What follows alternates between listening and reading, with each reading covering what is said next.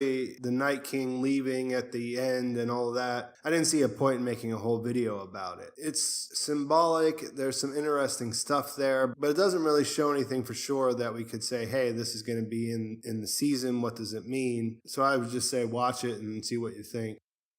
There's also been a ton of Season 8 photos getting printed in different magazines, which are really nice. We see the Winterfell library. It looks like there's going to be a sit-down between Daenerys and Sansa. So I've seen some people talking about that. But the thing I've been obsessing about all day is from the Together teaser, which I already made a video about the other day.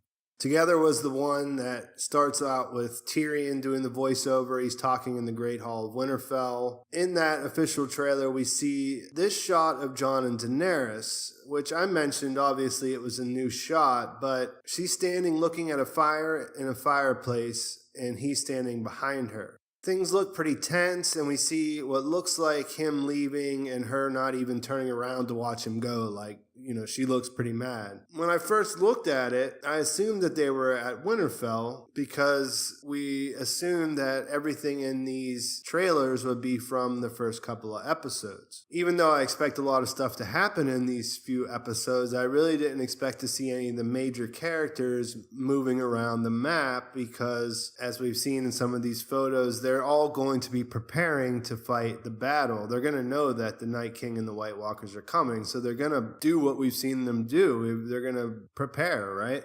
So yeah, I thought it was at Winterfell for sure, but then I saw this Twitter post that someone I know retweeted. It was a brightened version of the trailers that @Wild Targaryen posted, like it was brightened up so you could see what was going on in them better. And in the replies of that post, another Twitter user @7sen31 posted a short clip of the shot from the trailer superimposed over a picture of Daenerys sitting in front of the same fireplace in Season 7. Obviously, Daenerys was in Dragonstone in Season 7, and the fireplace is in Dragonstone, and it looks like these pictures match up pretty well, like exactly more or less. There could be some trickery involved that I don't know about, but it looks pretty convincing to me. So if they are in Dragonstone in this shot, the question is, what are they doing there? Or when are they there, at the very least? It has me stumped for a couple of reasons, so I figured I'd make a video looking at the different possibilities.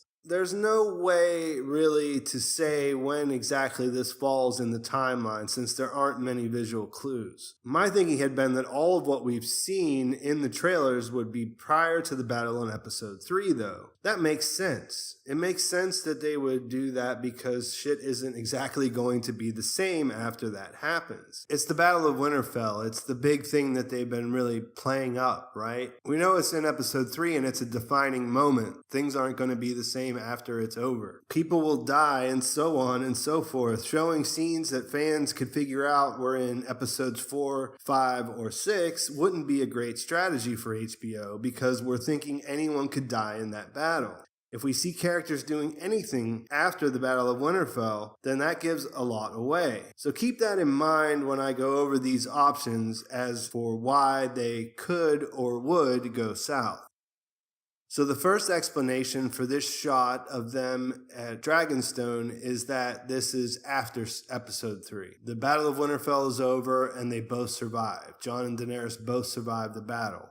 That could happen as if they fought and they defeated the Night King, and then they stop at Dragonstone before going to King's Landing. If the battle has happened, they won, they lived, then this isn't an outrageous idea. Dragonstone is close to King's Landing, so that's not outrageous that they would stop there if they're moving south after their victory. The other way that could go down is the Night King destroyed Winterfell and they retreated there. That could work, but if the Night King was chasing the survivors, like whoever was left over after they overran Winterfell, would Jon and Daenerys just peace out and fly their dragons down to Dragonstone and wait for everyone to arrive? I mean, that seems a little bit strange. So both of these are iffy. I don't think that everyone is going to survive the Battle of Winterfell. I'm not sure how that's going to turn out. I mean, I go kind of back and forth. Sometimes I think that they're going to kill the Night King there and it's all going to be done. And other times I'm not sure. But either way, those are the two post-Battle of Winterfell kind of ideas. Neither one's perfect, but you could kind of make them work if you had to. Another idea is one I don't like that much, but it's worth mentioning because if I don't, then someone will tell me in the comments that they think it's that. So Daenerys could find out about the Night King raising Viserion. She might see this as a real threat to her dragons that are still alive, and she may decide to leave for that reason.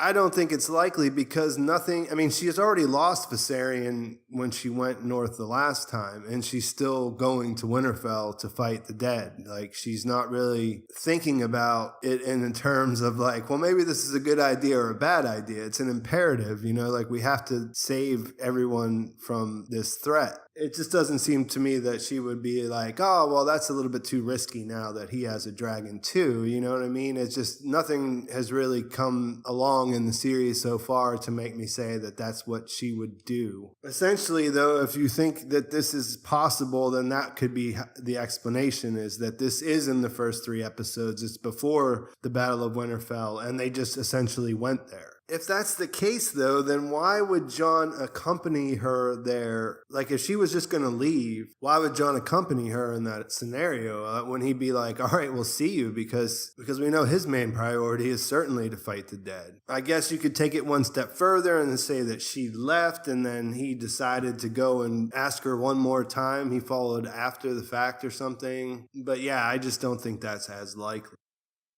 The other one is the thing that I was talking about in my Daenerys Problems video I made a few days ago. In that scenario, Jon learns that Daenerys is pregnant with his child, and he forbids her to fight in the battle. There is some visual evidence for this. All of the stuff that we've seen in the trailer so far, at least stuff with Jon in it, is Jon fighting on the ground. For at least part of the Battle of Winterfell, Jon is going to be fighting on the ground with his sword, like he's out there doing hand-to-hand combat. We don't see any dragons in the trailers at all. Of course, this doesn't really mean much. They could be holding back. I mean, we barely see the whites in the videos so far. We only see the one indication of one White Walker, so we don't really know how the battle's going to escalate. We just know that what we've seen so far, there seems to be some fire in the background, although I think that there's going to be bonfires and stuff to go along with the dragon glass traps. But if Jon did say that he wanted Daenerys out of there, send her to Dragonstone where she'd be safe, then that could be why we don't see that in the trailers. We don't see any dragons really fighting in the trailers so far. To me, that seems like something that he would do. I mean, that's what I said the other day when I made that video. I don't foresee him telling her to go out and fight. I expect that she would want to. I don't think that would really sideline her necessarily. I think that's a pretty plausible storyline. I used the word forbid for that reason. Like, he basically tells her she can't fight.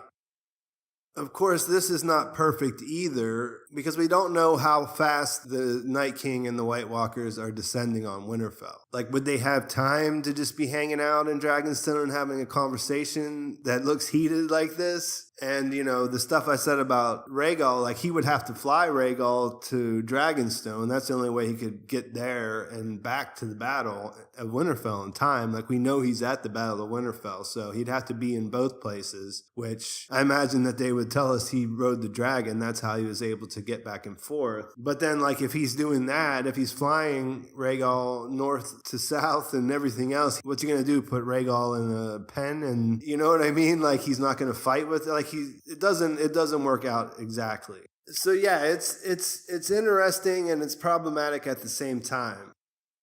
In conclusion, I think it definitely looks like they're in Dragonstone. I think logically it makes sense that